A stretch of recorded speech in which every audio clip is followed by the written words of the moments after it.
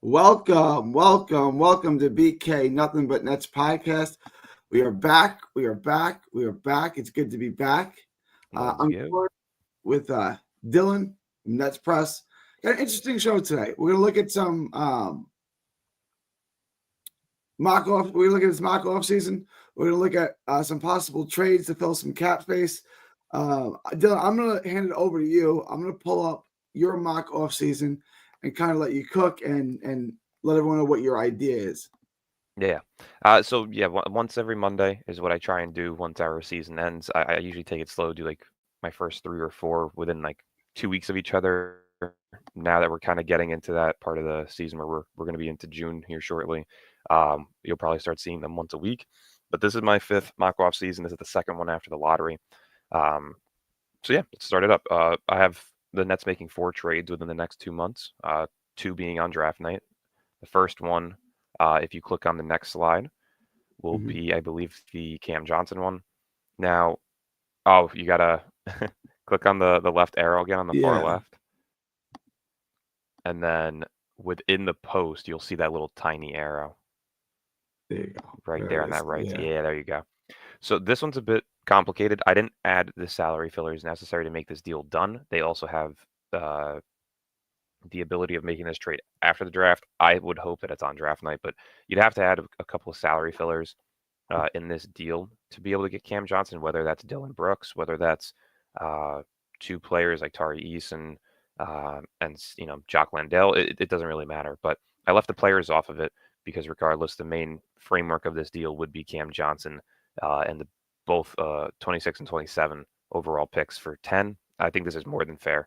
You're bumping up 16 spots in a highly touted draft class for the price of your role player and 2 late first, one of which you were probably trading anyway. So I think that this is really good value to move up to 10. I want to ask you about this trade real quick. Yeah. Does Houston keep both those picks, or do they trade one?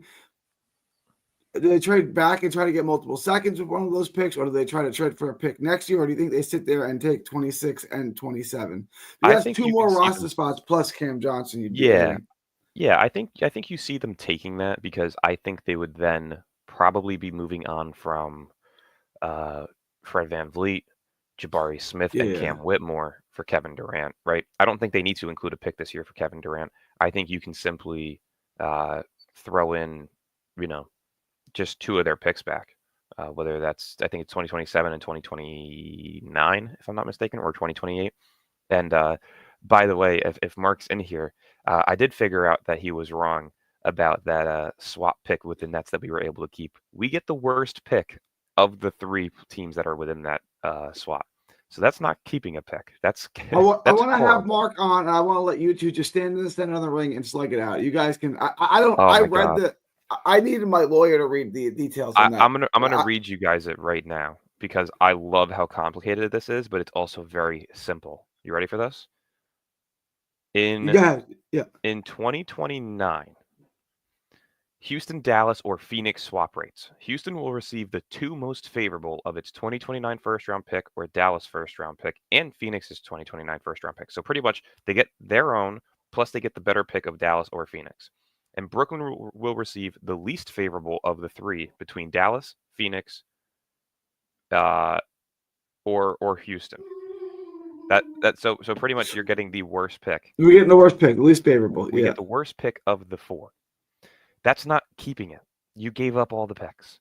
So that can finally be put to bed. Once again, I love when I get to say this. I was right. But yeah, so going back to this. I think this is a solid deal to move up to 10, especially if they are looking to get Kevin Durant. They would still have the package necessary to do so. Again, moving up 16 spots is a huge deal. So being able to give up 26 and 27 for that, I think is very, very simplistic. Realistically, you can give up Cam Johnson and 27 for 15.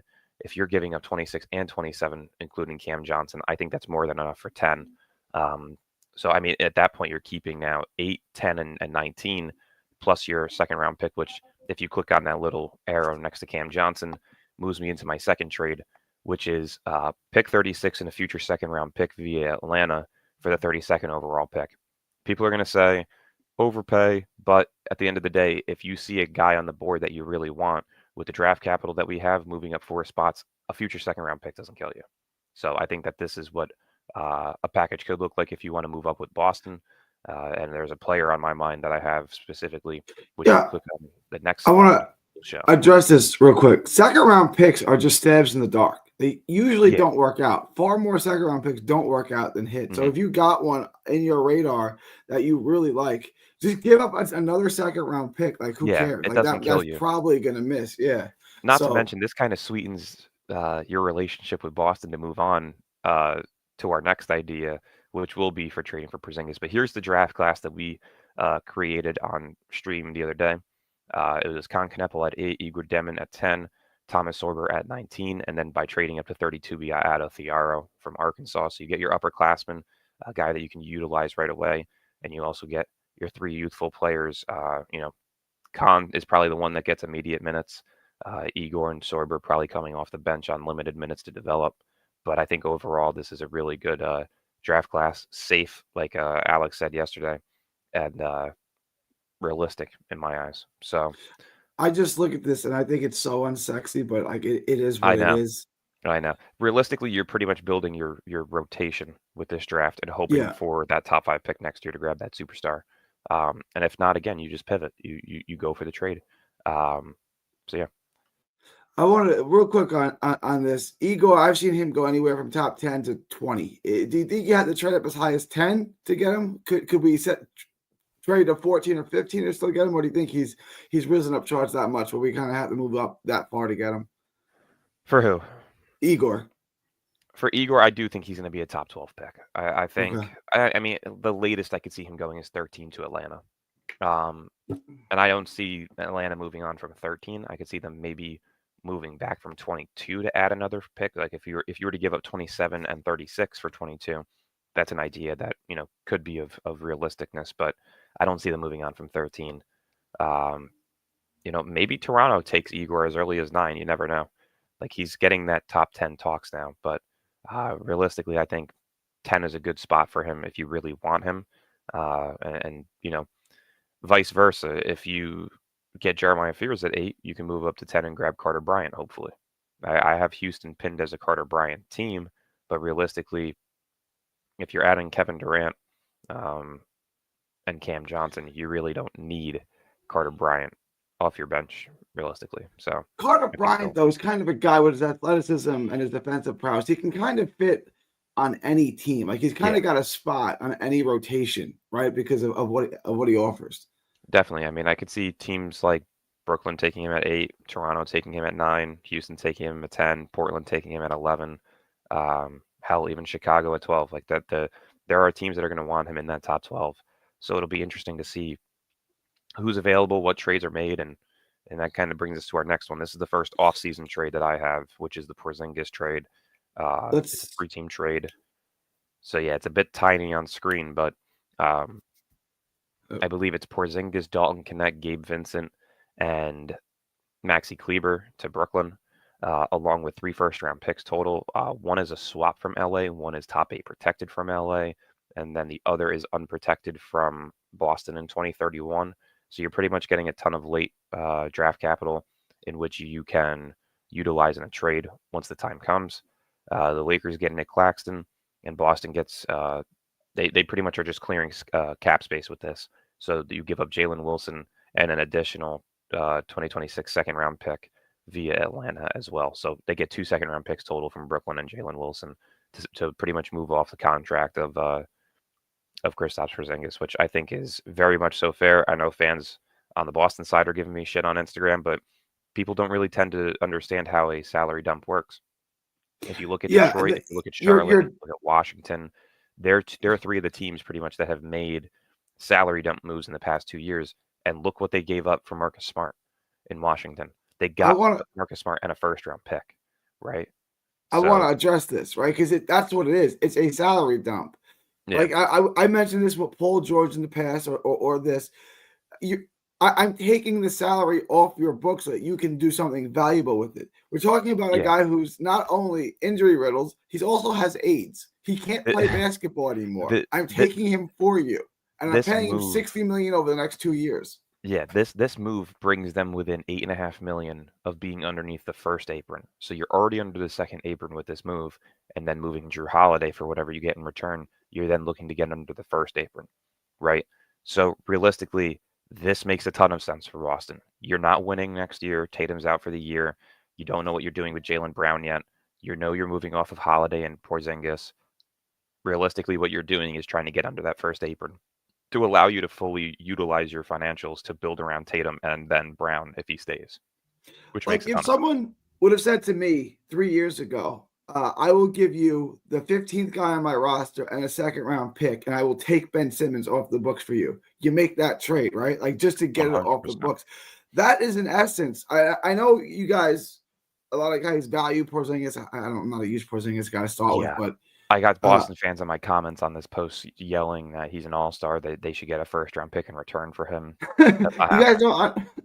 you guys don't Um, understand. Yeah, Yeah, no, we'll that's we'll not do happening. this. We'll make him take an AIDS test, live stream it to the whole world, and if he fails, you get nothing for him. How about that? You want to do that, or do you want to just Yeah. trade him to me for whatever I'm willing to give you? I will pay, and I want to. Well, we'll come back. I want to do your last trade. And I want to spend a lot of time on Porzingis because I think this might have some legs to it. Yeah, definitely. And then the final trade that I have for the offseason is a sign-in trade between Golden State and Brooklyn. It'll be Jonathan Kuminga and a first-round pick. It doesn't have to be the 2026 first. I just threw it in there. I know the picks in any mock trade are up in the air. Like you don't know exactly what picks are going to be made. I'm just kind of throwing in a baseline of a first-round pick being included because again, when you're doing a sign-in trade, it's like a salary dump. You're not getting that player back because they don't want to come back. So you have to give up an additional asset if you want things in return as well. And in this case, Brooklyn re-signs Zaire Williams and Anthony Melton and uses them in their sign-in trade for Jonathan Kuminga and a Golden State first-round pick. I think it's more than fair. They get 2 high-caliber role players to bring back into the rotation to add alongside Jimmy Butler, Steph, and Draymond. And they're also in a position where they're bringing back 2 cheaper contracts to be able to go out and sign a big man as well through free agency. So I think, again, more than fair. And it also gives Brooklyn now 2 youthful wings that they could utilize that they got through trades. So Dalton Connect and Jonathan Kuminga as 2 young wings that you can add to the rotation. This is interesting because I do like I do like this trade. They value D'Anthony Melton, obviously, right? Zaire Williams, again, I'm not comparing him to Carter Bryant, but Zaire Williams proved that he's a rotational guy and can fit the way he plays, the energy that he gives you, and the ability to hit the corner 3. He can play in the rotation on any team in the league. So Definitely. it makes Like sense. realistically, if you can get Melton on like a 3-year, because in any mock trade you actually, or I'm sorry, in any sign-in trade you have to do a 3-year contract, which I didn't know. So pretty much you'd be giving Melton like 3 years, maybe 15 million, so 5 million a year. Maybe like a non-guaranteed contract coming off of the injury that he's coming off of, and then Zaire you're looking at probably 15 million a year. So annually you're bringing back 20 million for the price of what I have as 28.3 million for Kuminga. You get to save 8 million out of that deal, which I think is more than what they need because I believe they can't.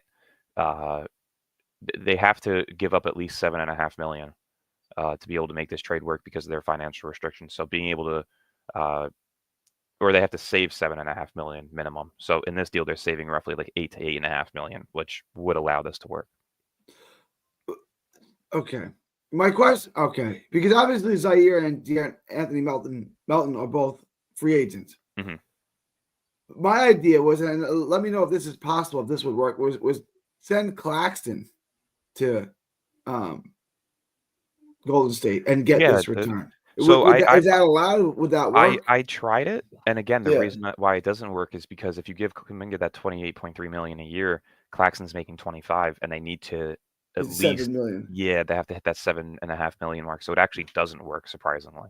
So they have to take someone else back. You either have to include somebody else, or B, you have to give Kuminga over 30 million, which I don't think is something that is necessary on our end. And not to mention, too, they're talking about Brook Lopez and Golden State on a league minimum deal. Do they prefer that over Claxton on a $25 million deal while also being able to include Zaire and D'Anthony Melton? I think it kind of allows them to add more depth rather than just one player and be very limited to the depth that they could use. So they're the team that I see not being able to grab Claxton. And again, which is why I've had the Lakers as the team pinned to Claxton most. So that's kind of how I see it. All right, and then we got free agency. Yeah, so this is kind of just a breakdown of players returning, players coming in. On the left side is players that are returning. So I have Cam Thomas, D'Angelo Russell, Day'Ron Sharpe, and Keon Johnson. I believe I have D'Lo at a $13 million annual deal, Day'Ron Sharpe at $12 million, Cam Thomas at $23.3 million, and then of course Keon Johnson on the league minimum team option deal that we just accept. For newcomers, I have Jonathan Kuminga, of course, and then all the guys that we traded for. So Gabe Vincent, Maxi Kleber, Dalton Knecht, and Kristaps Porzingis. All right, this is that you bring in a lot of new guys. You haven't even mentioned the rookies you're drafting. So that's what 1, 2, 3, 4, 5, 6, 7, 8. 16-man rotation, I believe that I had at the end of the day. It was 16 or 17. So again, nine of the guys, including the trades and the draft picks, 9 of them would be new players. Yeah, that's quite a turnaround year over year. Yeah. I mean, that's the Brooklyn way, right? It's continuously a change in Brooklyn every year. So I wouldn't be surprised if you see a ton of new players on the roster. I mean, that's kind of what we see every year with the Nets, which is unfortunate because there's never any continuity and chemistry building. But for a year like this, you kind of need to. Yeah, I don't care if you're running a basketball team, if you're running a Fortune 500 company, if you're selling pots on the side of the road in Peru. If you don't have continuity, if you have that kind of overturn every single year, you're not going to be successful, right? I mean, there's no continuity. You don't, there's no loyalty. There's no game plan. It's just new faces all the time, right? Like there's a cost to losing employees, and no matter what you do, no matter, you know what I'm saying? You got to bring someone else in. You got to hope they fit. Then you got to acclimate them to the system, and then they're gone again, right? No, this good teams keep the core of the team. Yes, there are exceptions when you add Dwayne, LeBron James, and Chris Bosh to Dwayne Wade. Yes, that. But even that, they lost in the finals the first year to a team they were clearly better than, right? So,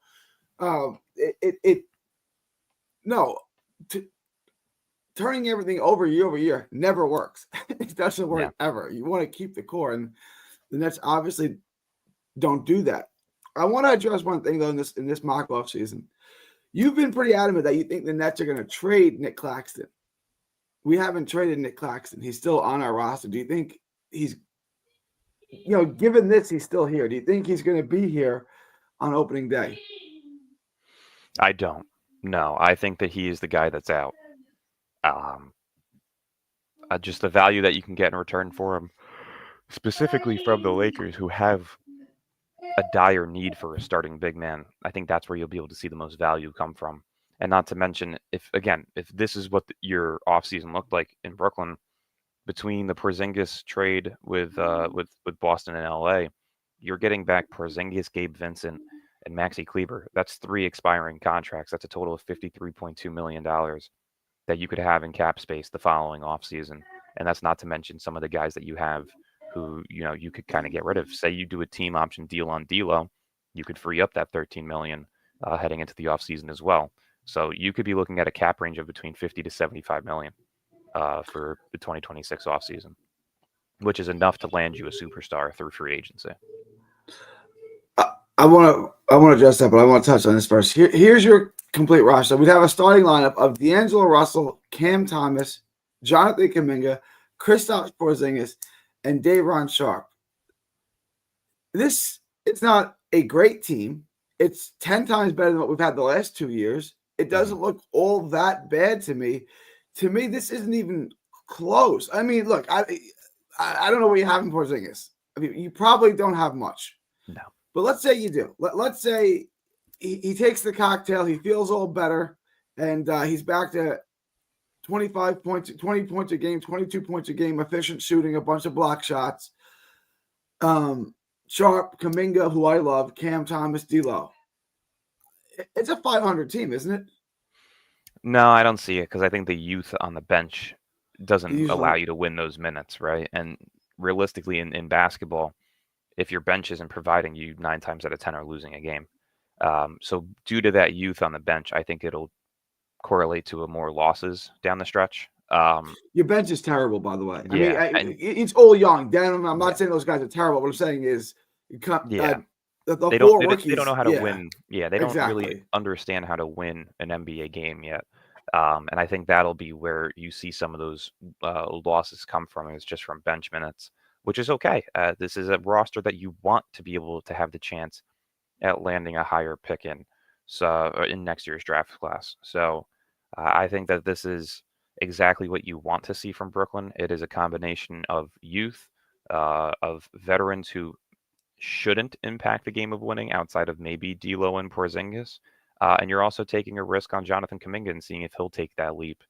You're giving Daron Sharp full-time starting center minutes, which is, a lot of people see that as like a 50-50. Can he do it? He looks great in his 20 to 25 minutes a night, especially in the second half of last season. But can he play a full, 30, 35 minutes without getting into foul trouble while being able to consistently play offensively? The floor spacing was an improvement last season, so is he able to carry that on into next season? And then, of course, can he rebound at the caliber that he rebounds for a full game? I think that's the biggest question mark for him. So, And how many more? I mean, he's probably going to play slightly more minutes, but he's not playing 35 minutes. yeah, no, I could see You him at got that like Clyburn. 20, yeah, like Yeah, 28 to 31, probably around that range, which is a lot. I mean, in his 20 to 25 minutes, you could see sometimes he looked gassed, conditioning wise. So that's going to be the biggest question mark for him. well, he plays hard. I mean, he's all Yeah. over the court, right? Like, and he's all over the board. So, no, I like the idea of Daron Sharp as your starting five. You got some decent length here with Porzingis at the 4. Hmm. Like I said, the bench is terrible. You got Dolan Connects who didn't play much. You Yeah. got Gabe Vincent is really your only veteran off the bench. Oh, Kleiber. Yeah. And those guys may not even see minutes. That's what I'm Realistically, saying. if you Yeah. take it seriously in developing your youth and wanting to lose, those guys probably shouldn't be seeing minutes, right? I mean, Gabe Vincent could be a buyout candidate if you have more than 15 men on your roster, which in this case we do, right? Like the two guys that I could see getting bought out is Gabe Vincent and Maxwell Lewis. Yeah, Um, Gabe Vincent for sure, because a lot of teams, Kleiber too. Kleiber's a good post defender, and yeah. in the modern NBA, we're going back to multiple bigs. Kleiber has value. He's a good post defender. Like, I've always thought he was a little bit underrated for what he is.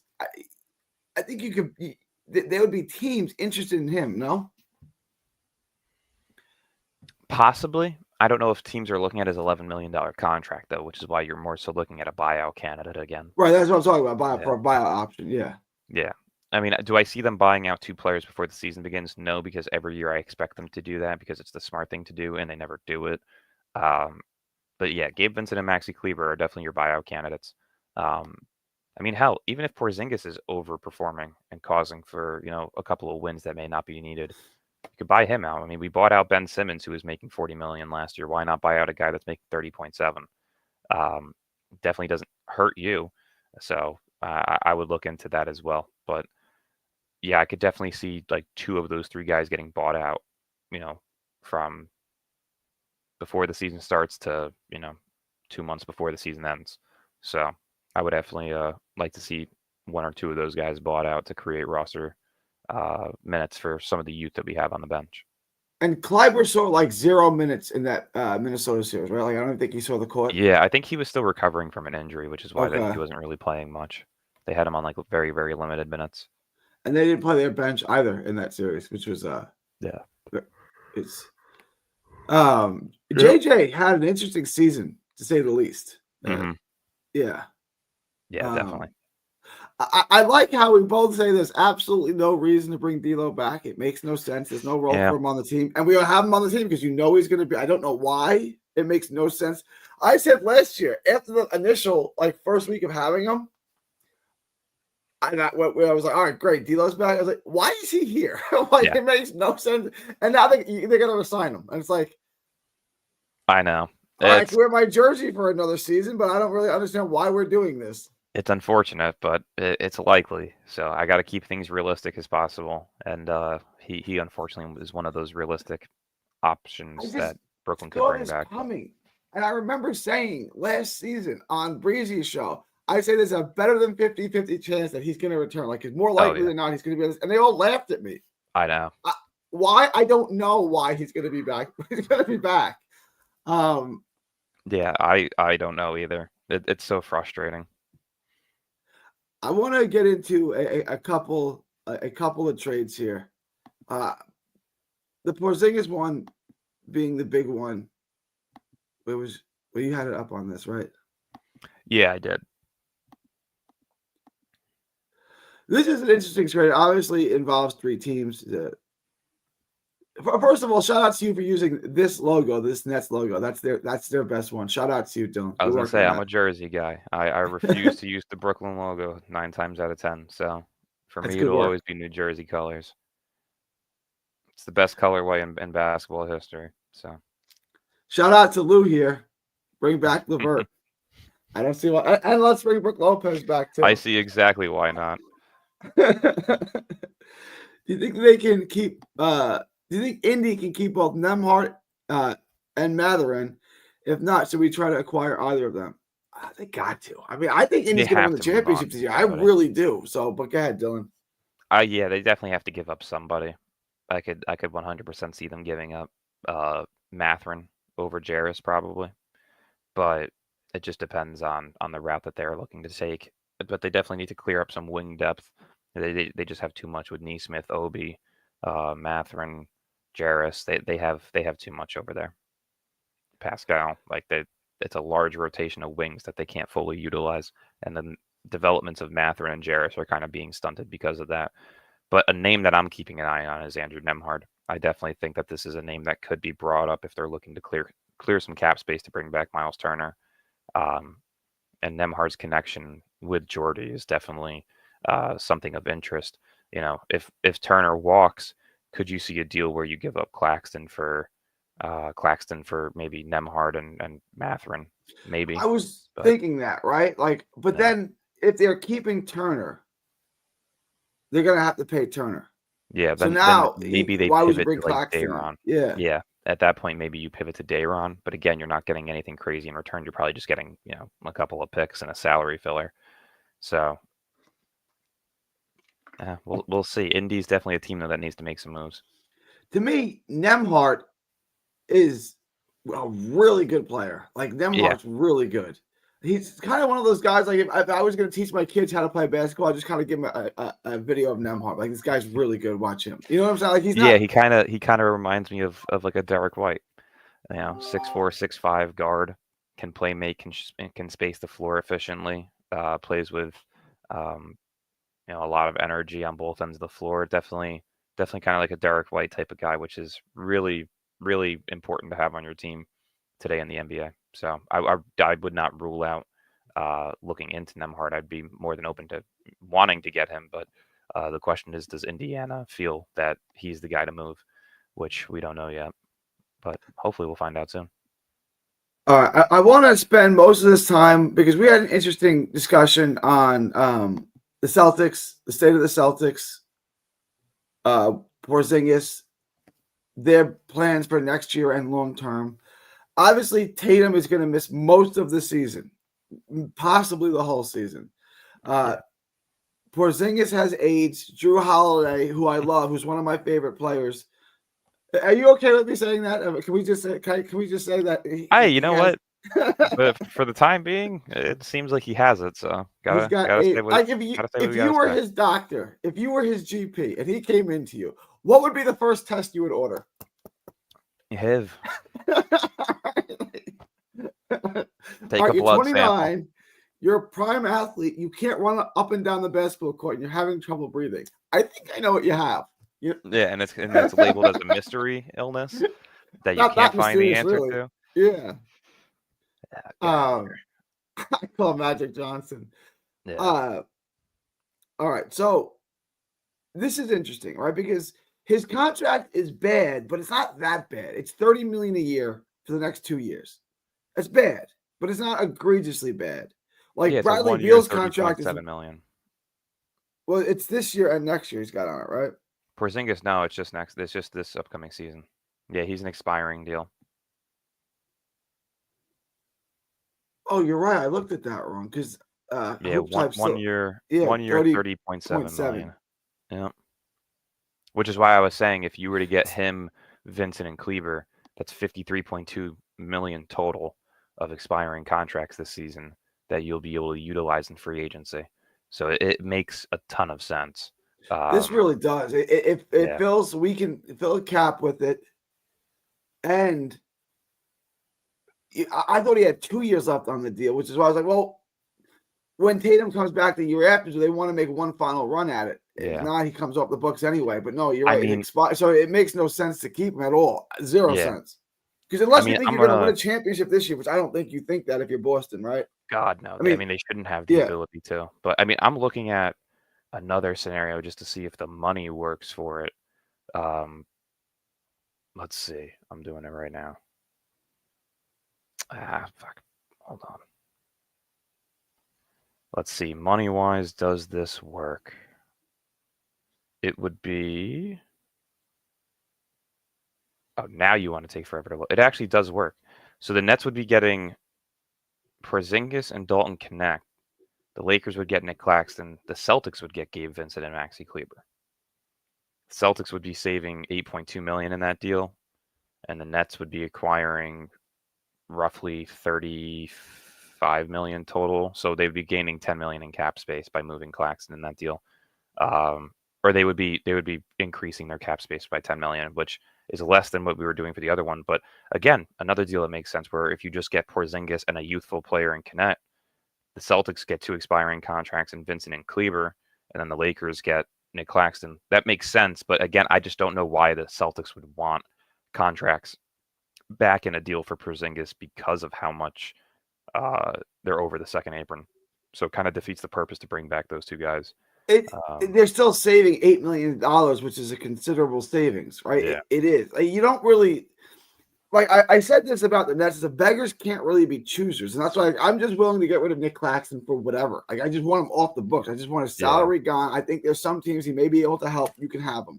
Right? I mean, maybe even if you switch it up to where you still get Vincent to Brooklyn and Kleber, or vice versa. One goes to Brooklyn, one goes to Boston. Like realistically, if you do Vincent to Brooklyn, they'd be 229 million over the second apron. Or I'm sorry, 229,000. Jesus Christ.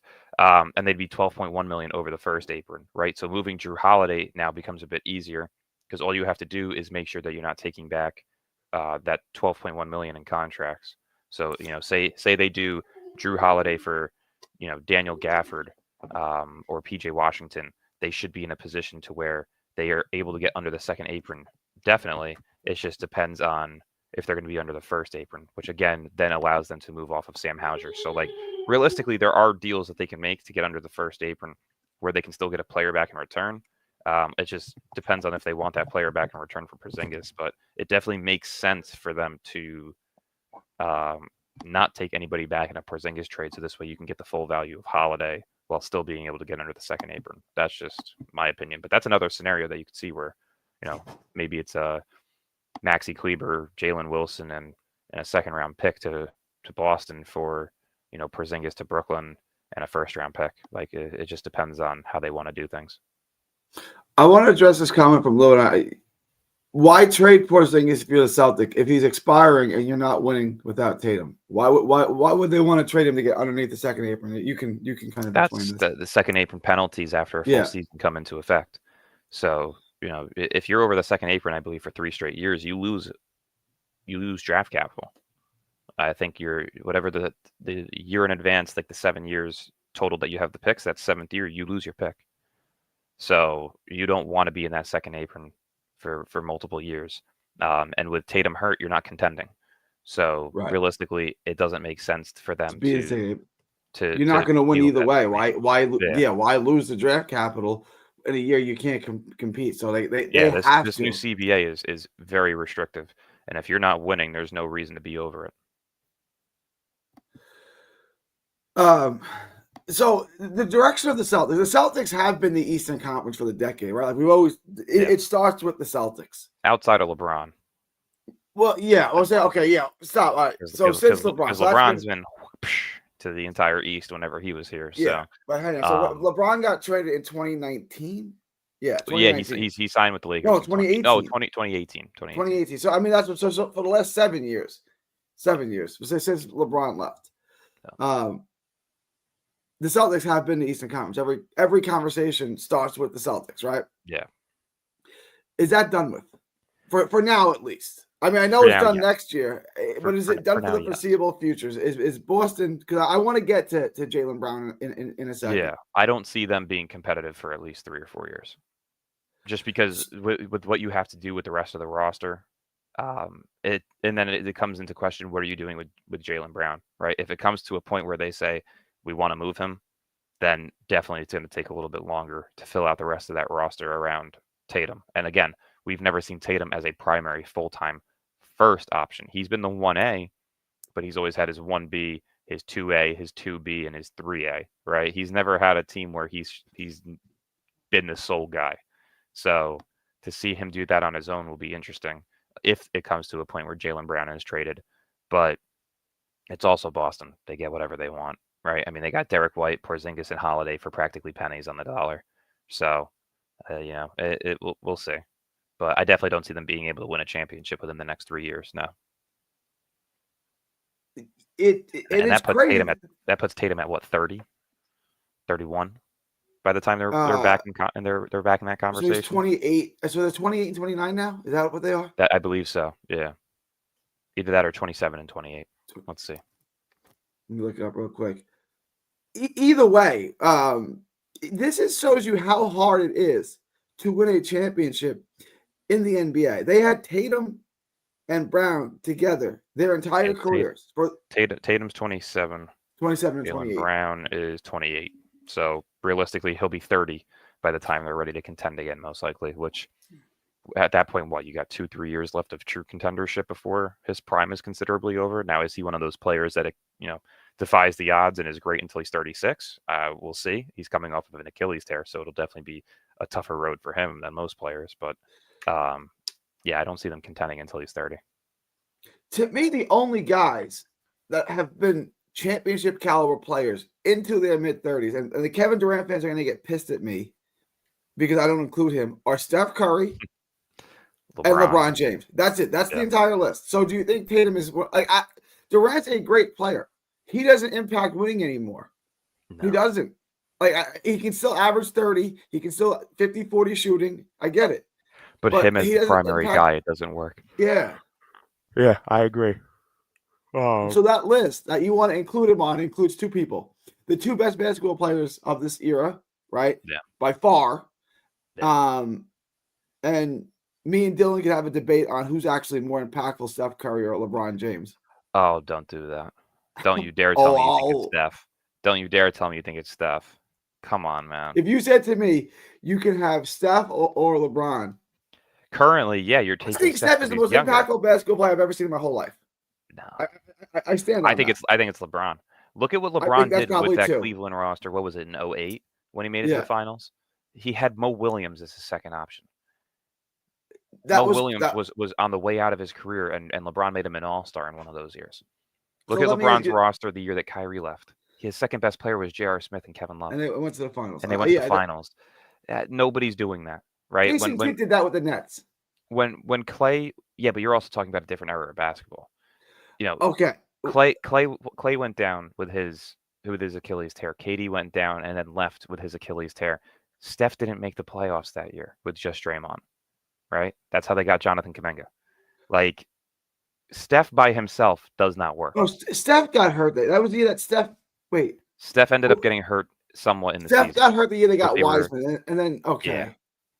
Yeah, but Steph should have been MVP that year. Steph averaged 30 on 50, yeah, but wasn't it unlimited? Yeah, but I don't think he met the game. I don't know if they had the game cap yet. Steph had a ridiculous season. All right, so here's my point. I don't want to spend the whole show on this because we easily could. Steph won a championship where Wiggins was his next best player. And Klay He still Thompson, had Clay, Klay was shot. and he That still was like, had wow. Draymond, and he still had a Okay, very solid depth to it. Like that roster, if you put that against LeBron the, never won a championship with him and 10 role players ever. he made the We finals could, twice with it. he did make the finals. He That's made true. the finals twice with it. I mean, And both times he got destroyed. Steph won it. This is not me dunking on LeBron. This is me. I don't know. I feel like if you're comparing, right? Because if you put that Warriors roster where Wiggins and Clay were his second options, There's no way Bron's winning a and championship. you put LeBron's roster where he had J.R. Smith and Kevin Love as his second options, the Golden State Warriors beat them simply because they have the better roster. If you flip the two stars, if you flip LeBron and Curry's careers, LeBron probably has 9 rings. If you're telling me he gets to play with Kevin Durant, prime Klay Thompson, and Draymond Green, he doesn't lose to Cleveland in that series, right? So in their wins primes, 4. who is better? Who is more impactful in winning? LeBron by far. Wade or Kevin Durant? Kevin Durant. I disagree with that too. Like if you said to me, you could have Durant had a much longer career. So if you're saying who would you rather have, Durant or Wade, I'm gonna take Durant. But if you said Wade, the best version of Wade, the best version of Durant, who you taking? I'm taking Wade. Well, see, the thing is, I think in terms of impact, right? If Kevin Durant doesn't go to Golden State doesn't win another championship until they play Boston later on. They probably lose to LeBron James. They probably lose to Cleveland again because realistically, realistically, they don't even get there. Probably realistically, if Kevin Love and Kyrie don't get hurt in that first finals against Golden State, there's a chance that Cleveland wins that one, right? They came back and they won the second one, and then they added Kevin Durant. Well, if Draymond Green doesn't get kicked out of Game 4, what was it? Game 5, whatever it was. Game 5. Golden State probably wins that championship. Yeah, but that's a what if. That's like, I understand. That's like saying, what if Ja Morant doesn't pick up a gun? Like maybe just don't act like a fucking moron, and no, you wouldn't have these problems. Draymond acts like a moron, so you can't. It wasn't like it was. He kicked the guy in the balls. Obviously, it was the right call. Obviously, he should have been suspended, and it wasn't like it was some egregious thing where they were wrong. It was an obvious technical foul, and he was over the limit. And he got suspended for a game, so you can't complain about that. But you're right. And the thing is too is if you really look at LeBron's teams compared to other teams, LeBron's never had the team. Like even when he was with Wade and Bosh, the Spurs were the dynasty in that era, right? And then he went to Cleveland, which is a great team, but Golden State was the dynasty in that era, right? He's never had the dynasty, and it's not because he's played on teams that couldn't be of that caliber. It's just he played in an era where the teams around him were better, right? So if you switch LeBron's career with Steph's, LeBron probably has 8 or 9 rings. If you give every minute detail of the career, LeBron probably has 8 or 9 rings. He's got 4, right? So you have to flip the 2 losses to Golden State in his favor. So that's now 6. I don't think he loses to Cleveland with Kyrie, with KD and Clay out, right? Especially you have LeBron, Draymond, and the rest of that team versus Kyrie, Steph, and Kevin Love. LeBron still wins that. It's too guard heavy, right?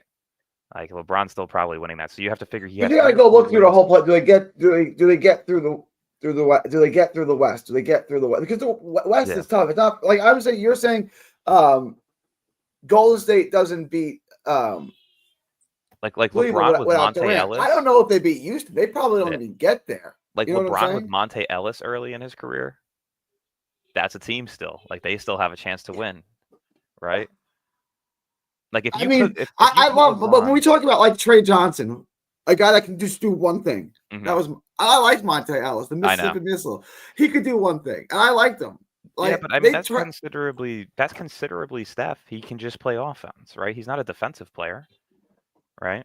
So it's kind of similar in that sense. If you put LeBron, who can do everything, next to Andrew Bogut and Monte Ellis, solid roster. Like that's a good core to have. No, I get it, and like Jordan fans hate me when I do this, but if I said to you, like if he said to me, make the best roster, the best starting 5 you could make. My point guard is LeBron, and my 2 guard is Steph, because LeBron's a point guard and Steph's a 2 guard. Like I don't care what we say, I don't care how we classify this. Yeah. LeBron's a point guard, Steph's a 2 guard. I don't care what position you put next to him, right? If LeBron and Steph played together, who would play on the ball? Who would play off the ball? Yeah, LeBron probably on ball, Steph off ball. Right. So LeBron's your point guard, Steph's your 2 guard. Right. Yeah. So my all-time starting team would be LeBron at the 1, Steph at the 2. Yeah. And Jordan fans get mad. I mean, I'm not. I was gonna I'm say, not yeah, having the I Brian already see Jordan the argument. Jordan I'm saying if comments, and I'm trying to build a team, I want people who pass the ball. I don't need 5 ball dominant guys. Yeah. So Bron and Steph is my backcourt. Can we do the LeBron MJ debate right now? Because I'm For here like for 2 it. minutes. I hate this debate because I fucking love it because I absolutely crucify people in this debate. I'd rather do Kobe. I'd rather do Kobe and Bron, but we could do this. No, because LeBron clears Kobe by all means necessary. I would take Kobe over Bron too. No, that's absurdity. That's blasphemy. LeBron, this is how simple it is. You ready? Every statistical category he has. LeBron, MJ didn't make it out of the first round until Scottie got there. So it took him 6-7 years, right? LeBron got out of the first round within his first 3 years in Cleveland, and he did that with a worse roster than Michael Jordan had. That is facts, right? LeBron made a final. You want to go look at that roster that Jordan had? Let's go look at that. Go look up at the 88. What is? I'm gonna look at. Go look up what was the the first year 87 LeBron Bulls. made the playoffs? His third year in the league. So it was 05, 06. First year LeBron made playoffs. I want to make sure I have the year correct. Okay. 2006. So it took him 3 years. Okay. Yeah. 2000. The second year they missed it on the tiebreaker to the Nets, and the Nets got the 8 seed. I'm gonna pull them up side by side. Can you? What year did MJ? MJ never did not make the playoffs until Washington. He made the playoffs. Okay, so what was MJ's 4th season in the league? What year is that? Is that 1980? I don't like that as a count because Jordan is 3 years older at the same age. You know what I'm saying? Like Jordan went to school for 3 years, so yes, Jordan's going to come into the league more experienced than LeBron is. Got to use it. Got to use it.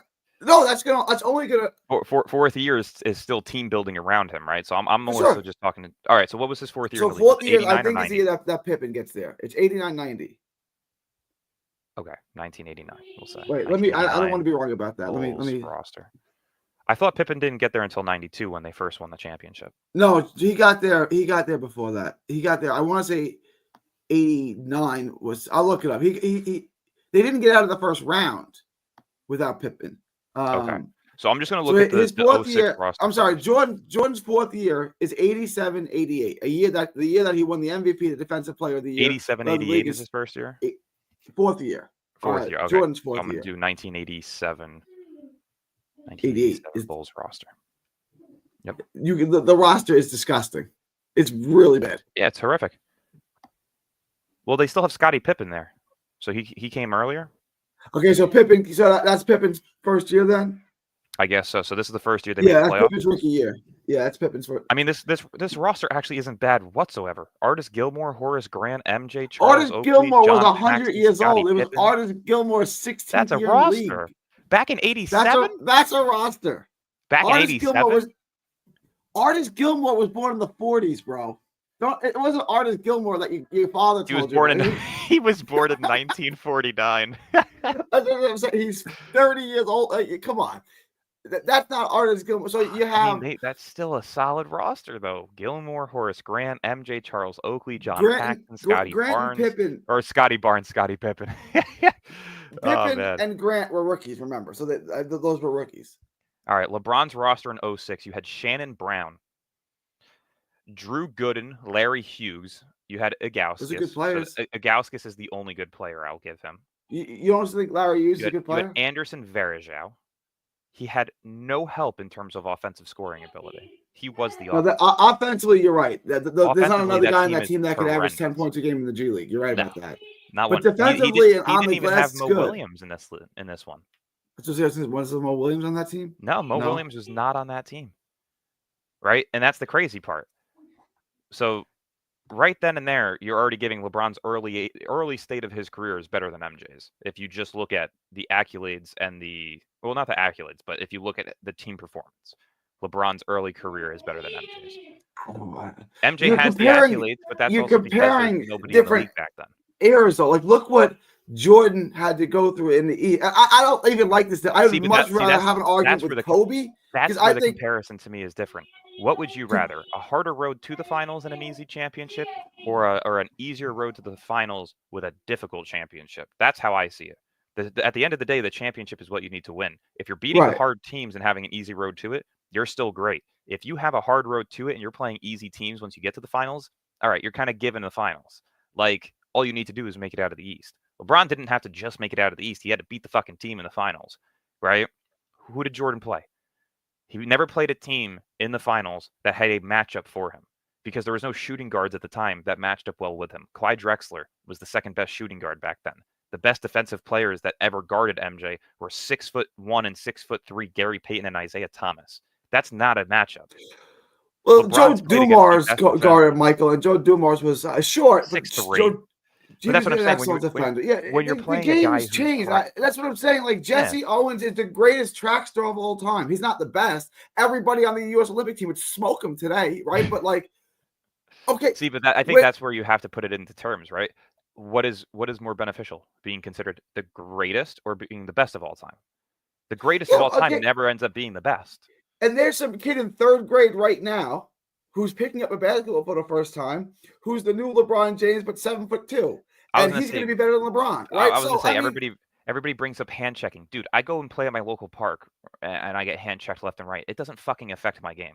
I'm still hitting a turnaround on you. It changed the whole game. Once you took that rule out, your MVP every year was a big guy. As soon as you took that rule out, it went to little guys. Steve Nash became the best player, the most valuable player in basketball, like that. You can't say hand checking. Well, Steve Nash also didn't deserve his 2 MVPs. It used to be full arm checking. It should have been Kobe. It used to be full arm checking. Like you could stiff on the guy. You used to be able to and then it went to you could arm check the guy, right, with your forearm. Yeah. But it used to be back in the 80s, you could stiff on the guy. You could keep him at arm's length, right? But again, even if you look at that rule, right? MJ throughout his career and in every season has averaged more free throws per game than LeBron has. For sure, so he got to the line more in a more physical era that supposedly was so much harder to score points because of the physicality. But he took more free throws per game in every fucking season. Go look up the numbers. I promise you, he takes at least more than 2 free throws a game. But this is like, you want to compare Bill Russell to Joker? It's like, this is like, to me, this is just wild. That's a 60, 70-year difference. We're talking about LeBron entered the league in 2003. MJ ran from the league in 2002. Yeah. You know, come on. It's not a big difference. LeBron still played in the era of MJ up until probably 2007, 2008. The best version of Jordan is the first three-peat, right? 89 to 93 is the best version of Jordan. Mm-hmm. That's if you put that version of Jordan and you played him against what give me the best version of Bron. What do you want to say the best version of Bron is? Miami. I would say the last 2 years of Miami and then the first 3 years of Cleveland. Yeah, I would agree. So that would be 5 years to 5 years. LeBron's the better player in every statistical category outside of points per game. Even defensively, LeBron's probably more impactful within those 5 years than Jordan is. Well, because LeBron only played defense when he played for Miami, and he was a hell of a defender. No, that's not true. If you look at his time in Cleveland, he played just as much defense. LeBron was robbed of the deep play. LeBron never guarded the best player on the court. Not even in his first. Yes, it is true. No. Even against OKC, they switched Dwayne Wade on, who was 6'3", and they had to put Bron back on. Bron never. I'm not hating on Bron. I'm putting him in the conversation with Steph as the best player. Bron is definitely more of a better post defender than he is perimeter defender, but he also has the visuals in terms of eyesight to find a ball at any time. Which is why playing him down in the post made it much more easier for him defensively. Like you're playing safety at that point. That's what he is defensively. Jordan was the on-ball defensive pest, but he wasn't able to body up a center in the post. You also have to remember too, you're talking about 2 different eras of basketball in terms of defense. Okay, one era is more physical, which even if you watch the games, okay, a guy gets fucking punched and doesn't get a technical. There's no difference. I agree when you say physical. What you mean is hard fouls. There are more hard fouls in Jordan. And hard fouls to me is like a dick measuring contest. It doesn't do any difference. The guys are still getting to the free throw line. I tend to agree with you. When they say this era isn't physical, what you mean is there aren't dirty fouls that you used to let them get away with. That's really what you're talking about. Yeah. Yeah. That's like saying, this era of football is different than a previous era. They tell me like because you can't hit a quarterback in the head.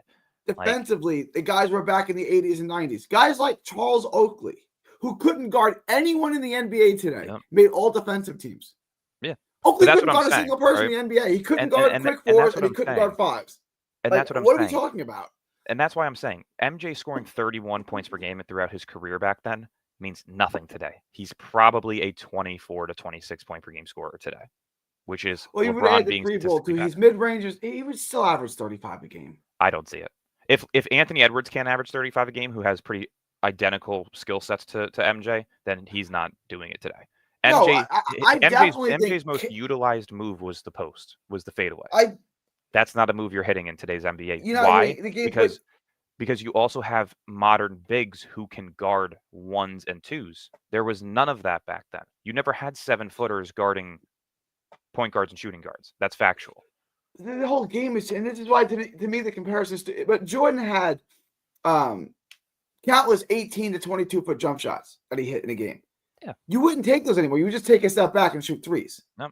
Right. So he'd have 3 or 4 more threes a game. And that's why I'm saying if you match the skill sets to today's NBA versus putting LeBron's I think skill Anthony set in Edwards is a today's very NBA. good comp. I think it's an excellent comp. Like LeBron's skill set in today's NBA translate better in previous years in the MJ era than MJ's skill set does in today's NBA. Right. And I said Larry Bird would be better in today's era than he would be in his own era. No. Like the comments are funny. Like it's gotten soft.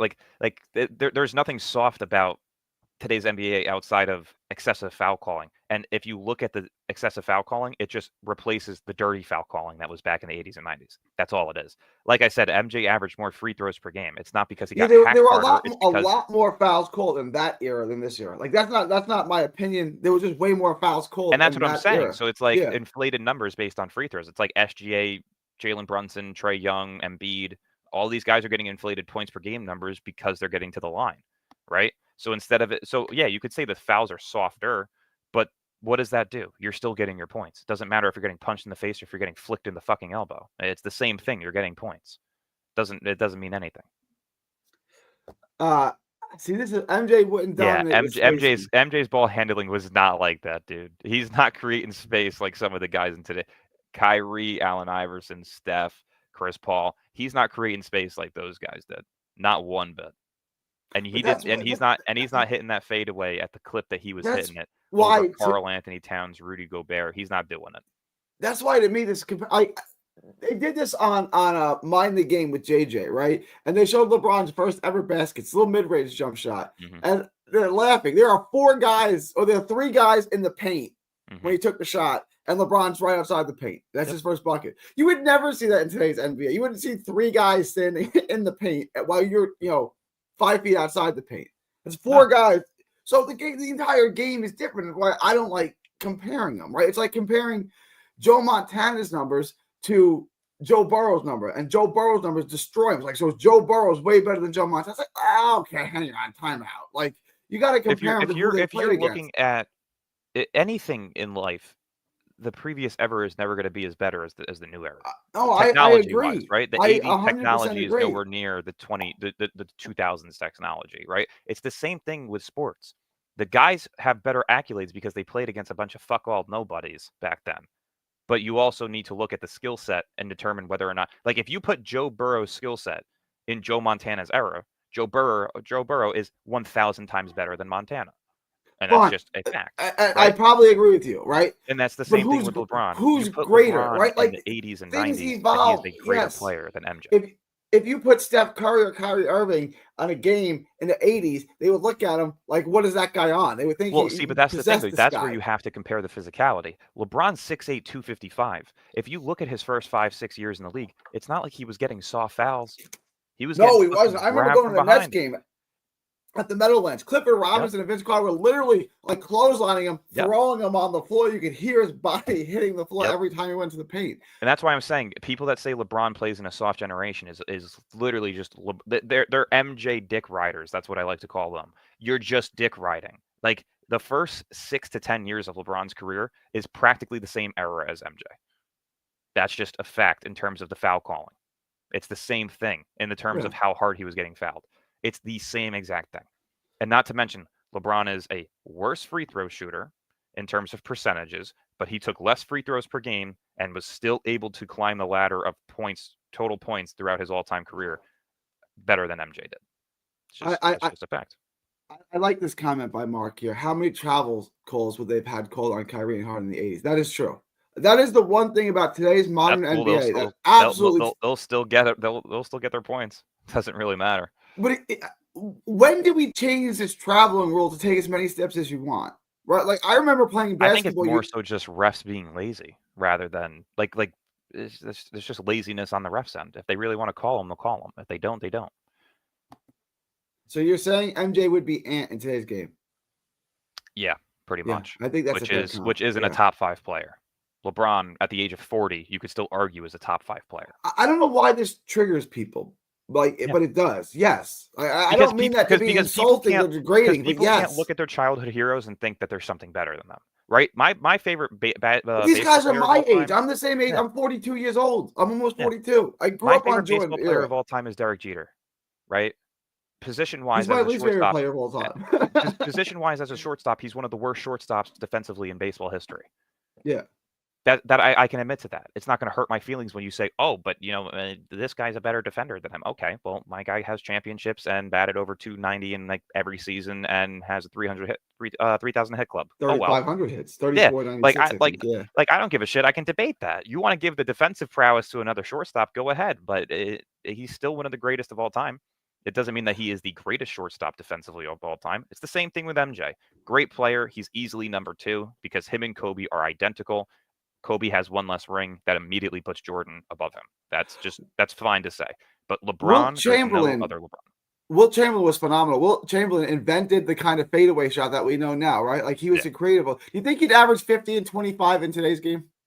Come on. I'm not taking away from the greatness of Wilt Chamberlain, right? But like the games change, athletes evolve, athletes get better, athletes get better condition. It's just it's a part of life. That's what I'm saying. There's a kid in third grade right now who's going to be better than LeBron James. It's just that's a part of life. No, like if you can't compare based on the era. You have to compare based on the skill set. And MJ's skill set does not translate the way that it did in the 80s and 90s. LeBron's skill set can translate into the 80s and 90s.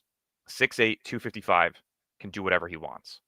Whether he's fouled or not, he can do it. Right. No, so that's why I see LeBron as the best of all time. I don't like the conversation of who's the best player of all time because that's going to athletes evolve. Athletes, like I said about Jesse Owens, like every guy on the U.S. Olympic team would smoke him. But they're not greater than Jesse Owens. Jesse Owens won every race in every event in 1940 whatever. But athletes get better, so they're better, right? Like that's just a part of life. I was gonna say, Macho brings up a comment. He said, "Here's a question for everyone. As an NBA player, do you play for the game for individual accolades or for championships? What's more important? You play for both. It's not about one or the other. If you're playing for championships, then Patrick McCaw is a top 25 player of all time because he has 4 championships with Golden State. Means nothing. It means nothing unless if you're the guy doing it. And the fact of the matter is, Jordan was not able to do it without Pippen. That's just a fact. Look, MJ was not able to make the finals without Pippen. And when he got Pippen, they won finals. Yeah, but he also played his entire prime with one guy. He played his entire prime. But that's what I'm saying. LeBron has made finals with nobodies. And he did it early in his career, and he also did it later in his career. MJ never did it without the help of Pippen. Pippen is not what you think he is. Like Pippen if you is by far the best second option in that era, 1,000%. Even the 2 years that MJ retired, the Bulls were still top 3 seeds in the East because of Pippen. Well, the second year he came back. Was it the second year he came back mid-season? He came back. He missed 1 year. They lost to the Knicks. Okay. And then so in the 1 year that he was gone, the win total barely changed. Yeah, but they got Pippen still, and you just said it. And they made it to the second round. That's the point. They made the second round. They made the second round without MJ. MJ in his entire career without who cares? Never made it out of the second round. Like they made the second round. Big deal. That's still better than anything MJ did prior to when Pippen got there. Like that's what I'm saying. Without Pippen, MJ is nothing. MJ would have to change teams. That's wild. Like that. See that. I was with you. I was with you up until that. What ifs? He would be one of the greatest what ifs. He wouldn't have 6 rings. He wouldn't have 6 rings without Pippen. A high turnover, 1 or 2. low efficiency guy who shot bricks and clanked. Like this is going to be disrespectful. You know what Scottie Pippen is? What is Scottie? Mikal Bridges with a better handle. Like that's what he's not. He's not what you. Like I can name 30 30 small forwards, at least 30, who are better than Scottie Pippen. Scottie Pippen is not what you guys think he is. Like he really isn't. Like in his prime years in Chicago, I'm looking at the stats right now. In his prime, he not to mention he also finished top 12 in MVP 5 times. It's Pippen. Here's what I want you to do. The game 6, Jordan's game 6 over Russell. Pull up Scottie Pippen's stat line. I'm looking up Scottie Pippen's stat lines right now. I'm looking from 1990, which is considerably when he started. That's his first All-Star year. 1990 all the way until 1998, which is the last year they won a championship, correct? Yeah. Or is it 99? No, 98. 98. Okay. From 90 to 98, I'm just going to go off the points per game. 16.5, 17.8, 21, 18.6, 22, 21.4, 19.4, 20.2, 19.1. Let's look at the turnovers. He never had a career season where he had over 3.5. He had multiple where it was under 3. I'm not even going to give the turnovers per game. That's just rough estimate, right? And I'm looking at the numbers. Total rebounds per game. In 1990, 6.7, 7.3, 7.7, 7.7, 8.7, 8.1, 6.4, 6.5, and in 1998, he had 5.2. He was a good player, right? We Efficiencies. I can go into efficiencies. In efficiencies. Yeah, he's around 50%. 1989 to 1990, going down until 97, 98. Here we go. 50.1%, 52.9, 51.1, 48.2, 51.5, 52.2, 52.5, 53.1, 49.1. Not inefficient. That's league average today. It's not, yeah, that's not terrible back then. That's fucking shooting incredibly today. No, or back then. Today, that's league average. It wasn't shooting incredible. Pippen was a bad offensive player who kind of maximized himself because Jordan got double teamed every night, right? Mm-hmm. Pippen's not a bad player; he's a very good player. But it's like he wasn't even on the same stratosphere as a guy like Grant Hill. It wasn't close. I mean, when Grant Hill would destroy him every time they played, right? So it's like when we think of, and it wasn't you, but like a guy like Dominique Wilkins or Chris Mullin, offensively, it's not even close. Like Pippen, offensively, that two-way ability that he brought. Yeah, but it was the two-way ability. He made his contributions on defense because Jordan carried the workload offensively. Like, I'm not degrading Pippen, but we talk about Pippen like he's one of the great players of all time. He's not even close. Like, I wouldn't put him in my top 30 all time. Now, is he a top 100? I wouldn't put him in my top 500 of all time. Oh, I'd put him in my top 100. I'd put top 500 for sure. Right. Well, okay. I'd put him in my top 100 because, when you're looking at a career, I think you have to factor in statistics, accolades, Andre Iguodala, personal. Andre Iguodala is better than Pippen. No. Yeah. No. Andre Iguodala. I can't agree with that. Andre Iguodala. He's at least as good. No. I can't agree with that. The man was averaging 8 points per game with Golden State. No, I'm saying before that, with Philly and with Denver. He had a couple of good years with Philly. That version of Iguodala is better than any version. Scottie wasn't what you think he was. I watched his entire career. He's really not what you think he was. He'd go out there, clank a bunch of shots. Like in game 6. Yeah, but we're saying clank, but he was still shooting over 45%. Jordan scored 45. He scored 4. Could you imagine if that happened in today's era? He would never live it down and say he scored 4 points. But it didn't matter because everyone kind of knew that he really wasn't that important. Right? It's like, I don't know. When you look at the career paths of each player, LeBron made a finals earlier with no help than Jordan did. LeBron made a finals later in his career than Jordan did. LeBron has beaten better teams than Jordan has in the finals. That is just a fact. Every team that LeBron has played in the finals, outside of OKC, has and probably Dallas, you could say, are better teams. This is why I hate this. Yes, the league was better, so he beat better teams. I agree with that. He beat the dynasties. He beat the dynasties. Jordan was the dynasty, and that's because the skill set of that time era was so low.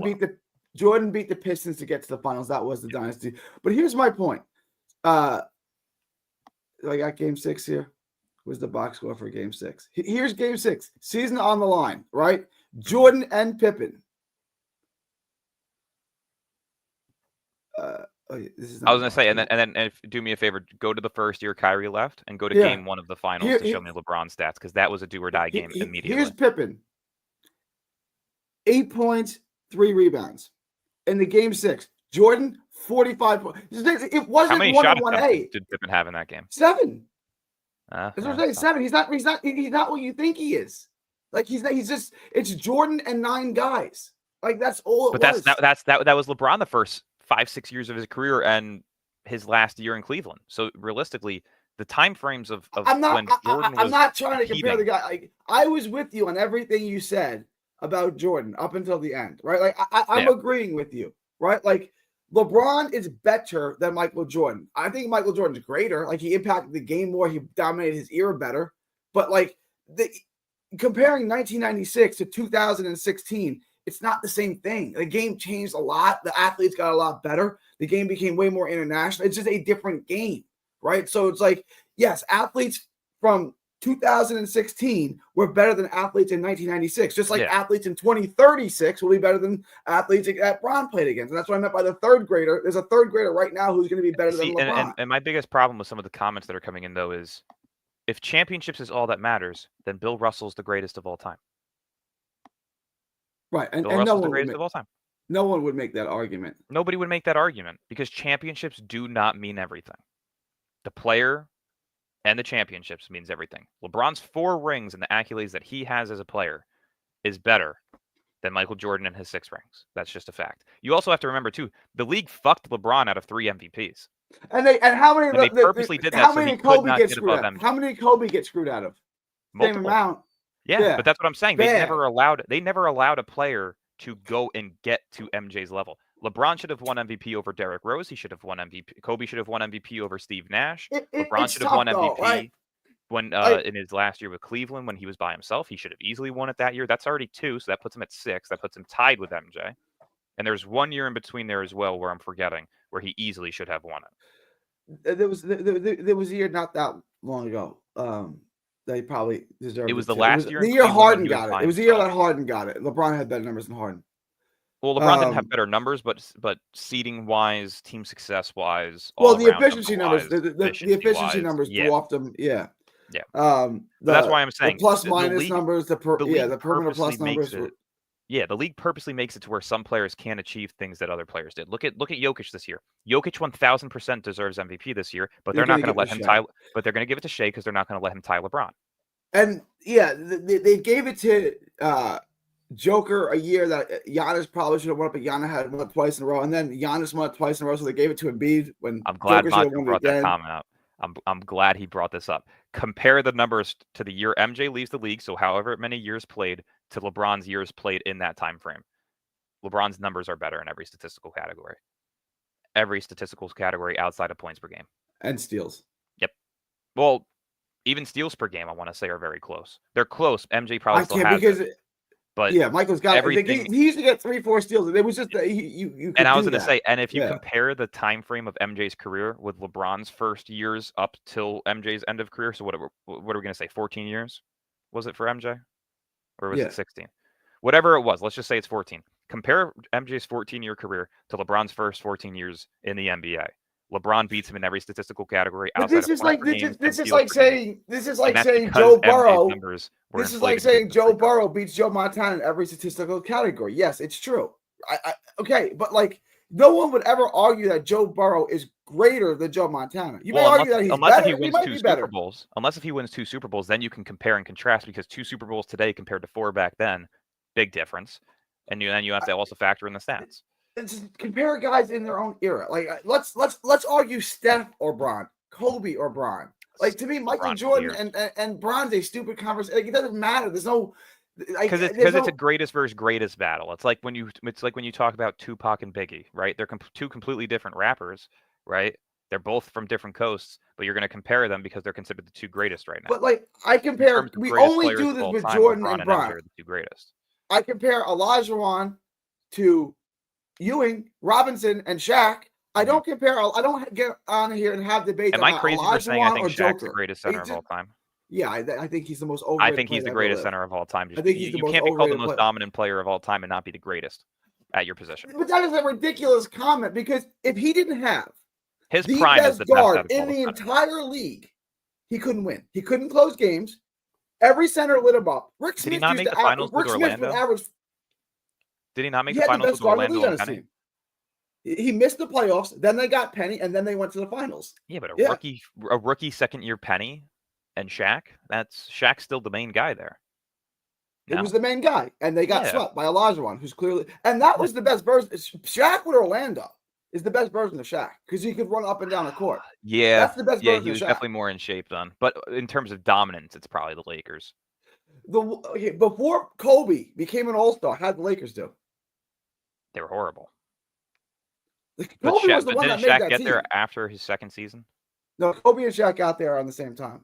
Oh, they did get there in the same time, and they immediately They drafted made the Kobe playoffs. and then traded. They drafted Kobe and then signed Shaq. I thought rookie Kobe barely got minutes, and then the year He after did. they got Shaq. No, but Shaq was on that. He Shaq barely was got already- minutes oh, because okay. Del Harris hated that he came out of high school, right? But Jerry West knew what Kobe was, and when they signed Shaq, he was telling Shaq, like, you got to see this guard that I got you. Shaq like, I don't care who that is. The high school kid, I don't care about him.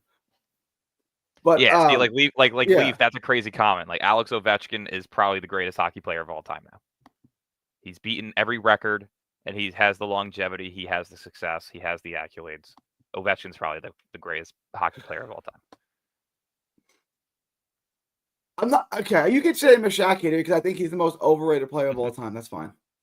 That's fine. Like that's most overrated player of all time is Watt. Here's my point. If Shaq played with Tim Duncan, they'd never lose a game. So when people tell me Shaq's better than Tim Duncan, I saw the 03 finals. I know that's not even close to true. Like, if Shaq played with Duncan, they'd have 15 championships. They would never lose. Yeah. Like, I don't know. At the end of the day, again, if you're comparing the teams, if you're comparing the stats, the teams that they've beaten, if early Kobe success, played with Kevin Garnett, how many LeBron championships? Clears everything. If you replace Shaq with Kevin Garnett and you put Kevin Garnett and Kobe on the same team, they have way more championships. If you put Tim Duncan there, they have way more championships. I'm not saying that Shaq's not good. I'm saying all those players are more valuable to winning than Shaq. Yeah, I mean, Kobe was definitely more impactful on winning than Shaq for sure. But that's also, I think you can kind of put that about any player who's a 2 or 3, like a shooting guard or a small forward. Usually your wing is supposed to be your most impactful player. Your center is supposed to be the dominant second option, right? Because without a great guard, you don't have a great center. To me, when you say things like, not you, but Shaq is better than Hakeem Olajuwon, I just walk away from the conversation. Olajuwon, I think of it as if you're called the most dominant player of all time, if you're looking at the primes, I just think Shaq has the better prime than any center.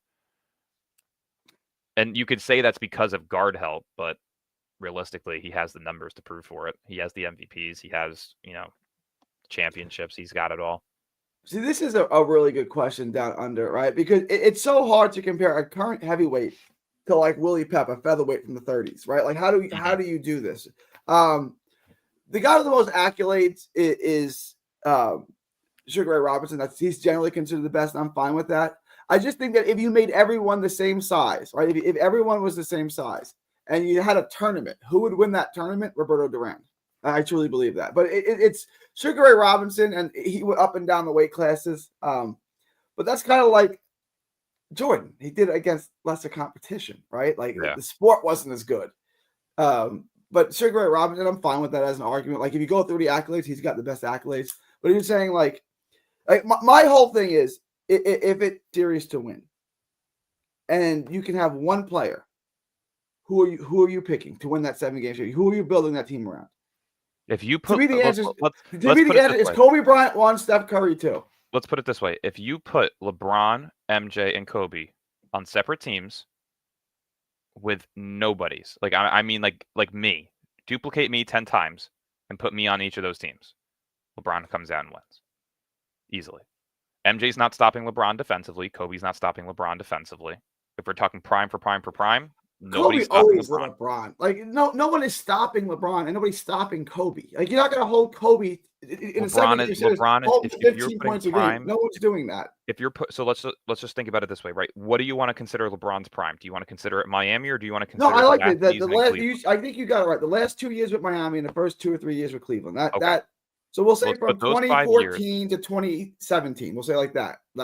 I would say 2014 to 2018, because 18 is the year that LeBron was by himself in Cleveland and carried. I think that's his greatest individual season ever.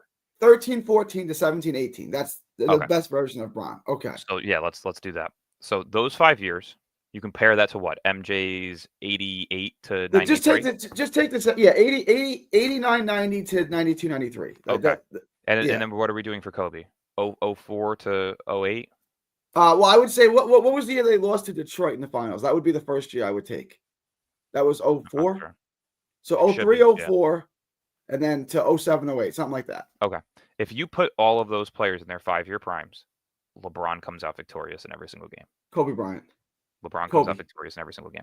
You have to stop 6'8" LeBron as 6'6" and 6'5" players. That's not happening. 1, 2. You have to stop him at 255. You're all a bunch of what? 215, No, 220. he's the best athlete. He's the best athlete in the world. If he may be LeBron the best. stops Him and you Bo once, Jackson are the two greatest athletes I've ever seen in my life. Just as athletes, if him and Bo LeBron Jackson. stops you once, right? I get it. You win that game. You also have to factor in, again, if you're playing with a bunch of me's who can probably hit an NBA 3 at a 25 to 35% clip. Yes, I'm giving myself some leeway with that 35, but just go with me here. If that's the case, LeBron's the best playmaker of them all, so he's getting me open most, right? He doesn't have to just rely on scoring. Kobe can have a bad game scoring efficiency-wise, and he'll lose. MJ can have a bad That's scoring not game true. He had a horrible efficiency-wise, shooting he'll lose. game 7 against the Celtics, and they still won because he had 16 rebounds or whatever he had. Like, Kobe is just going to win the game. Was that when Shaq was there? I understand. Or is that Pau Gasol? No. When they beat the Celtics with Gasol, he had a horrible shooting day. And how did Pau do in that game? He carried? Well, Isn't that the year that they still had? Did they still have Robert Horry and Ron Artest and that group of guys? I Leaf wants in. I'm gonna send Leaf the link because I was gonna say I only got 10 more minutes, but we got Leaf. You got 10 minutes. Make your pitch. You got bro. 10 minutes, Leaf. Make your pitch. I want to hear this. Jump on in, Leaf. No screaming and shit too. This was I see this. I knew once Jordan came, I knew this was gonna grow 12 legs. I knew this was gonna happen. I think it's physically impossible to deny the fact that LeBron is the greatest individual player of all time. He might be the best athlete to ever walk the earth. I don't know. It's him or Bo very Jackson, much right? So. Yeah. Okay. You're talking about a 40-year-old that's still putting up 25 a game. This was the first season he averaged under 25 points per game, and he averaged like 24 and a half. The guy's fucking 40. Like, if you compare MJ's last year in the league at the age of, 36, 37, LeBron clears him. LeBron's first season in the league, not many points per game, still just as dominant, right? I mean, the losses piled up because of how bad the team was. But again, he made a finals within his first 6 years. Jordan didn't. Leaf, what do you got for me? What do you want to Let's hear it, Leaf. Rank these 3 guys in the order that you would take them. Bron, Kobe, Steph. Kobe, Steph, and then LeBron. Like, that's just pure hate. That's not hate. I'm explaining why. I see when I finish. See the second. Hold on, Dylan. Hold on. The second that have you been here the first 25, 30 minutes that we discussed this? Have you been here the whole time? I haven't. I've been on. Before you even get into your thing, right? LeBron has never been the super team. That is a fact, correct? Even when in Miami, San Antonio was the dynasty, correct? No. That is a fact. San Antonio was that's not a fact. No, and when he left Miami it wasn't. To Cleveland, no, it wasn't. Of his era. Yes, that is a fact. No, hold on. Wait, hold on. I got to debunk that because the Warriors beat. It is the debunk. Well, Warriors became a dynasty. Dynasty of the San Antonio. No, they wasn't. No, they weren't. No, they weren't. No. Please stop. Hold on a second. The Spurs never won back-to-back championships. They were never a dynasty. If you win 3 championships within a 6-year span, you're a dynasty. Everybody keeps changing the criteria when it comes to the dynasty, but whatever. It should be, but it's not. It should be this, but it's not. But we only say that because listen, if you want to call them the dynasty, bro, they are not a top 5 dynasty in NBA history. That's number one. No, they're not. No, they're not. Yes, they are. No, they're not. No, they're not. No, they're not. What do you got? Lakers, Bulls. Bro, hold on. It's different versions of the Lakers, bro. Like, listen, it's Bill Russell's Lakers. It's come on, man. What do you mean? Come on, it count. I said NBA history. It all counts. Tony Parker, they're beating. I said it all counts. Hold on, please. It all counts. I know you want to debunk everything, but it all counts. I know you think this shit. I think everything that you're saying is right. It's not, but it all counts. I'm telling you, the San Antonio Spurs during that time, bro, were not a dynasty. They just made back-to-back finals, and they won one during that entire decade in the 2010s. Gary, step in here for a sec. He's saying that the Spurs weren't the dynasty during LeBron's era. They weren't. Late Cleveland into Miami. No, they were a dynasty during the 2000s when LeBron was just getting in. If you want to say that, So the Spurs making 2003, finals within 3 years against Miami two, isn't considerably dynasty worthy. 2003, They still made 2005, and 2007. That's when they won championships in that 3 championships beat in that LeBron. 6-year span that you're talking about. They beat Yeah, they LeBron. beat. And Yeah, then they beat played him the LeBron. year after, and LeBron beat They him. beat a young LeBron in 07. LeBron was only in the league for 4 years when LeBron played the but- Spurs 3 times in the finals. yes, played him he in has. 07 But where they lost. in Played him those twice 3 in Miami. hold up, from 07 to 2013, the Spurs weren't even in the final. The Spurs missed the finals for 6 years. That they weren't there. So like that logic doesn't work. The dynasty of LeBron's real era was the Warriors, bro, and they became a dynasty at his expense. They became a dynasty on his watch. They won championships on his watch. They won championships against him. Hold on. That's how they became who they So became. the Spurs won the finals in 06-07. Yes. They lost in the Western Conference Finals, the Western Conference Finals, the first round, the semis finals, the first round, the Western Conference Finals, and then they lost in the finals in 12-13. They won the finals in 13-14. That's not a dynasty? No. That's a gap. That's a gap that you just mentioned, bro. Like when it comes to the finals, that's a gap. That's a gap you where they want- had 50-plus From wins. 07 to 2013 and making and finals Yeah, appearances. if you want to say the the Spurs dynasty, the dynasty wouldn't be the 99 team because that was a different team. no, Like, if the you wanna talk dynasty about is Ginobili, 03, 05, and 07. 07. That's the starts with dynasty. Duncan. The dynasty starts with Duncan. Based and on then what? from there Hold you up, had Duncan, Tony Parker, and Manu Dylan. Hold Ginobili on. all the way through Dylan. the LeBron era in Miami. Dylan, listen to what you Same just team. told. Listen to what you told me when I first got up in here. You said you recognize the dynasty as 3 championships in a 6-year span. 03, 05, and 07. That was their dynasty. From 04 Not to 07 05, to 2013. From 04 to 05 to 2013-14, they won 3 championships. And Yes, they that's were their in 4 or dynasty. That's 5. it. So that's LeBron's era. From That's 04 not LeBron's to era. 13-14, When they won a that's LeBron era. championship in 03, LeBron wasn't even in the league. He didn't. LeBron didn't get into November of 03. 04 of 05. They won that shit in LeBron's June second of year. 03. 04 to 05 is LeBron's second year. The last championship they won, which was against Miami, was 13-14. And from that range, they won 3 championships total, and they were in 4 or 5. That is I'm talking about 2003, 2005, and 2007. That's what I'm talking about. You're talking about some different shit. Those are 2 different teams. Right? Dylan, you're talking about some 05, totally 07 different team. shit. I know you want to be Yeah, right about this, but you're not. I don't see it. You can't say- You're you talking can't- about a Spurs team that had over Dylan, 50-plus let wins me for make 20 a years. point. Let me make a point real Yeah, quick, 50 right? plus wins in a 20-year span, and they won 5 championships during that entire Dylan, time. Let me ask you a question real quick, right? The Yankees had a dynasty from 96 to 2001, right? 4 Yes. World Series and they lost 1.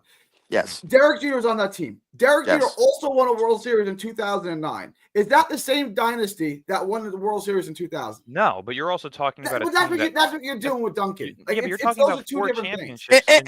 And I'm granting you that dynasty, Dylan, bro, because you just said 20 years, 3 dynasty. championships in 6 years in a 5 to 6 year window is a dynasty. And I gave you 03, 05, and 07. You're trying to sell me on 07 to 2013, which is a gap. And they lost in 2013 and they won in 2014. They have a 7-year separation from when they won championships from 07 to 2014. That shit ain't You're no telling me dynasty, the same- Dylan. I'm sorry, but to me, the dynasty continues when you still have the same core players. You still Oh have my Manu God, Ginobili and Does Tim that- Duncan. bro! What about How is winning? that not your dynasty? When does winning count?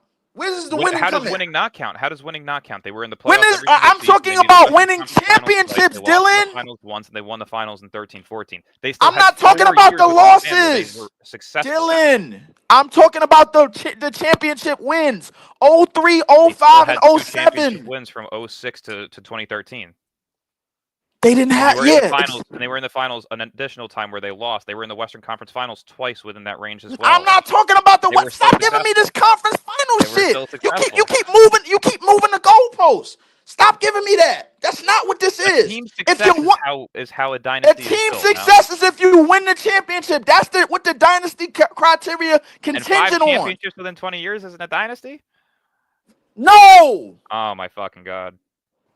5 championships in 20 years, especially Or if them is the shits is dynasty? separated. Look at player No, one. This guy never fucking agrees with me, and player one's actually agreeing with me for once. The players are the dynasty.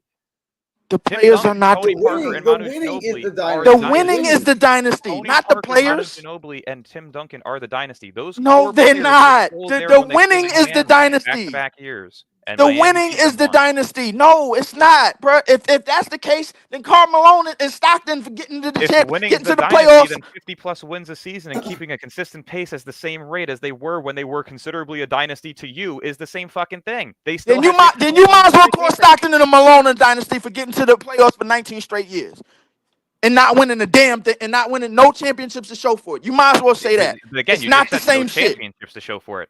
The Spurs have 5 championships within 20 years to show for it. Yes, but look at the time span and when they got Oh my those 5 God. championships.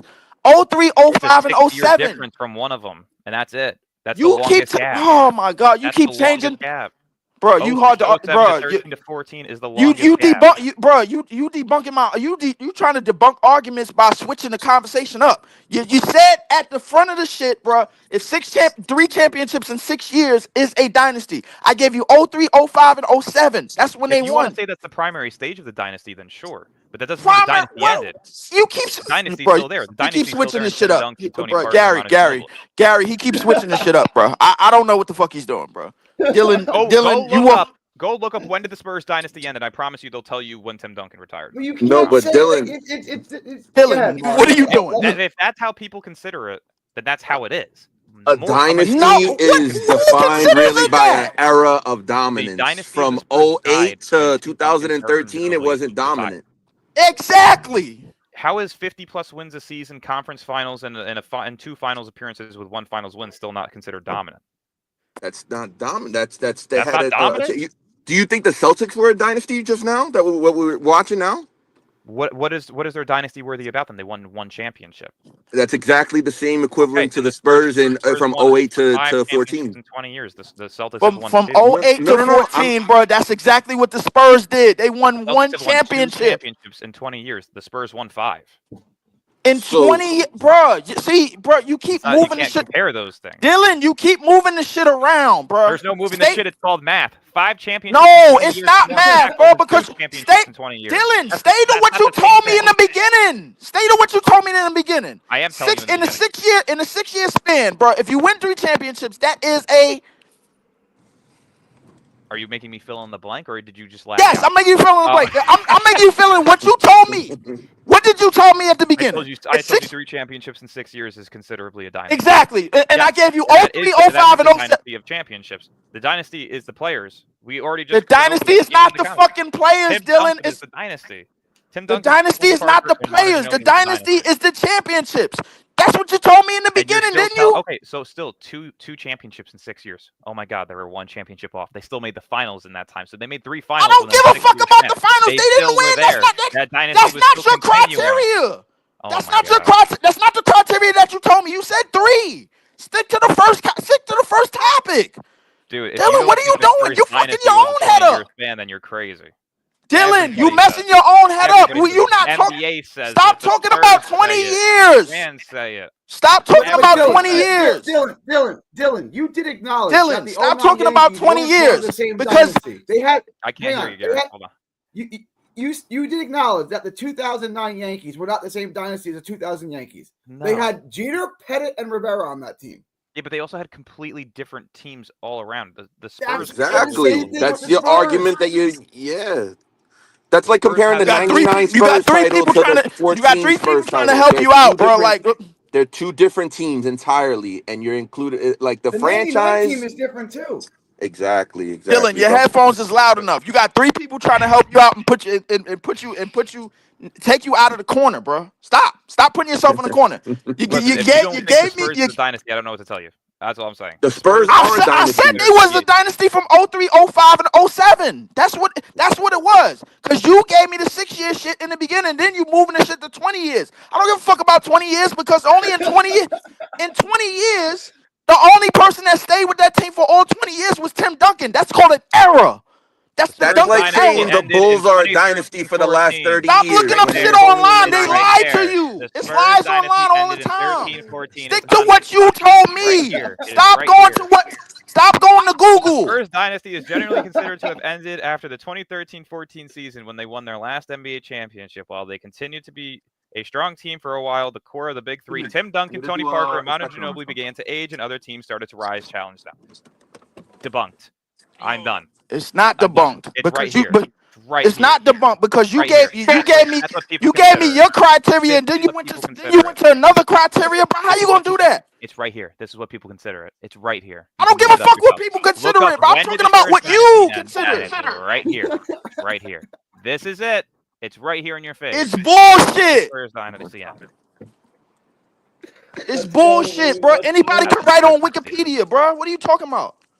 That's when, dude. This is AI even saying it. This is I don't give a AI. fuck about so you go from hold up, wait, Dylan, you went from your criteria, which was Reddit. Over time, the power dynamics of the team became more until its final championship in 2014 when the dynasty ended. Motherfuckers is going to Reddit. No, they don't. Only AI considers it that. Possible. I'm going through every link possible. Reddit even just said it. You got Wikipedia here that says their dynasty ended in 2014. Shit, you got a Facebook link. You're old enough to use Facebook. I don't. Go to Facebook. They say it ended in 2014. YouTube, timeline of Spurs dynasty.